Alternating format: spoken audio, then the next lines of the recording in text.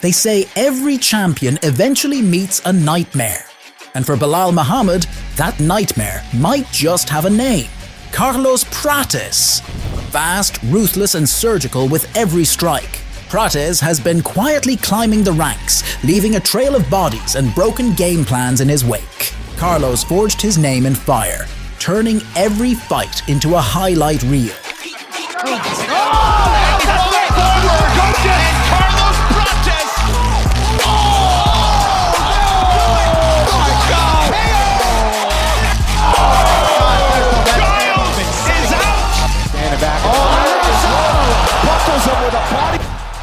But to earn a shot at the champion, the Brazilian prospect must first face an equally dangerous threat in the form of Ian Garry, the man who recently ruined Shavkat Ramonov's perfect finishing streak.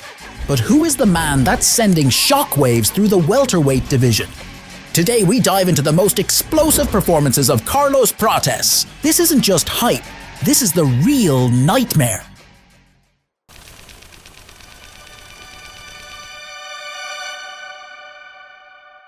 The Brazilian wasn't born a nightmare, he became one. Born in August 17, 1993, and raised by a single mother in Taubaté, Brazil, his early life was far from the discipline of a professional athlete. As a teenager, he started smoking cigarettes, and even after 13 years of competing as a professional mixed martial artist, he doesn't even think about getting rid of the bad habit. His sports path started from one small decision to step into a Muay Thai gym. And it changed everything for him. Huge body rip, goes up top. Oh! Ventou essa direita. 4 years later, Prates entered the world of MMA, and it wasn't pretty. 5 wins, 4 losses, a shaky start fueled by bad weight cuts and worse habits.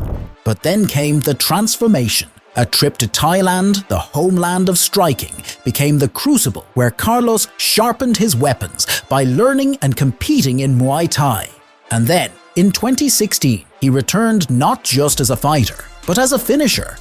Over the next 7 years, Carlos gained insane momentum and fought 12 times, winning 10 of those bouts, with only one of them going the full distance. Whoa! Whoa! Prates told him to get back up. I don't want anything to do with you, brother. Good punches by Carlos Prates. This laser focus. Oh! Oh my God! Prates did it! Oh my God! Such a record couldn't go unnoticed by the UFC matchmakers, and thus, in August 2023, Prates received an invitation to participate in Dana White's Contender series, where he faced Mitch Ramirez. With a 7-inch reach advantage, the nightmare wasted no time. He unloaded vicious leg kicks that made Ramirez stumble. Mitch smiled, but he wasn't laughing for long. Ramirez pressed forward and slammed Prates to the mat with brute strength.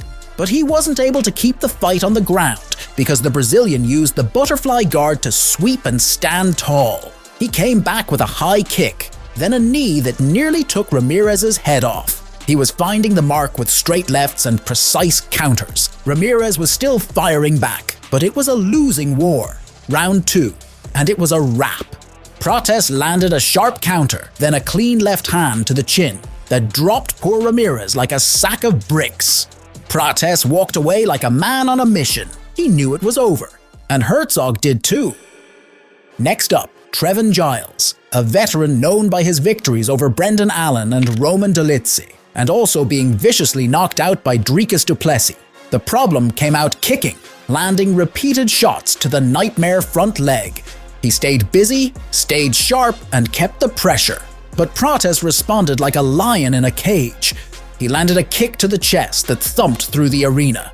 He threw vicious combinations and made Giles duck and run. Still, Giles was landing, and he even tagged Carlos with a left hook that left a cut.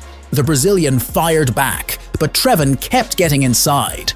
It was a war of distance, and for a moment, the American was winning. Then came round 2, and Prates had seen enough. He kicked the body and looked for the knee.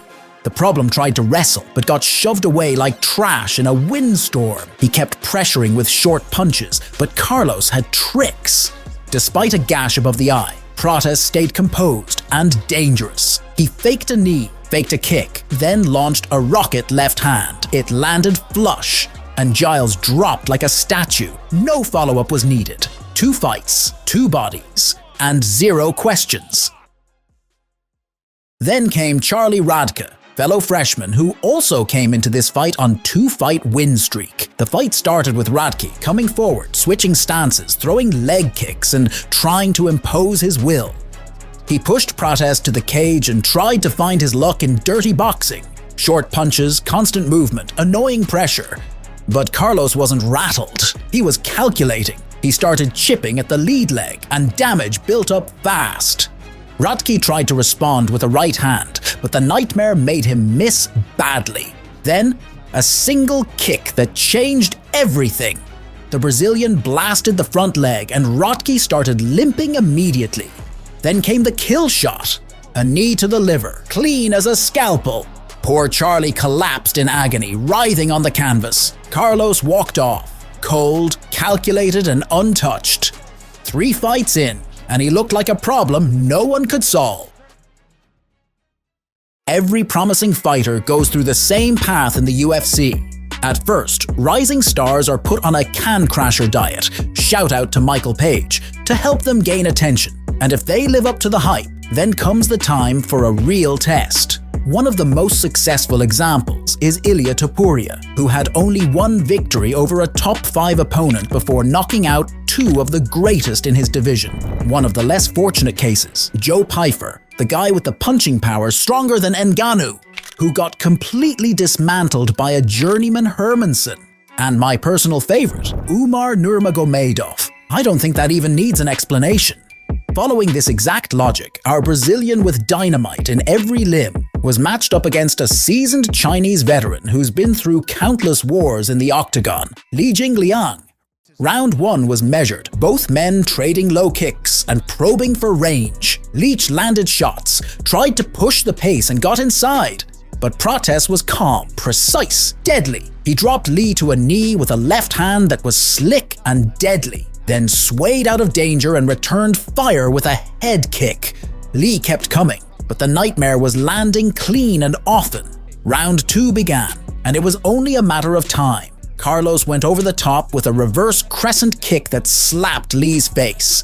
The exchange got wild, both men landing power shots in a chaotic war. But Prates stayed composed, snapping Li's head back with a relentless jab. He pushed forward with a Superman punch and followed up with combinations. Li was getting touched, and the damage was piling up. A left hook, then a right, then another left, each one landing with devastation. Finally, Prates dropped him cold with a left hook from hell. Li fell like a man shot out of reality, slumped and stone still. It was the first time in his career he was ever knocked unconscious. The nightmare just did the impossible, and he made it look easy. But the biggest test stood next, a gatekeeper to the top 15, the veteran with endless cardio and grappling mastery, Neal Magny, a man built to break newcomers and send them packing. This could be called a turning point for Carlos, because at the time of this clash out of the main quartet of the fighting nerds, only Caio Borralho had managed to achieve real success. The rest, just like Prates, had only been stacking up victories over unranked opponents. It's changed a lot. 4 fights in 10 months. I have been training so hard.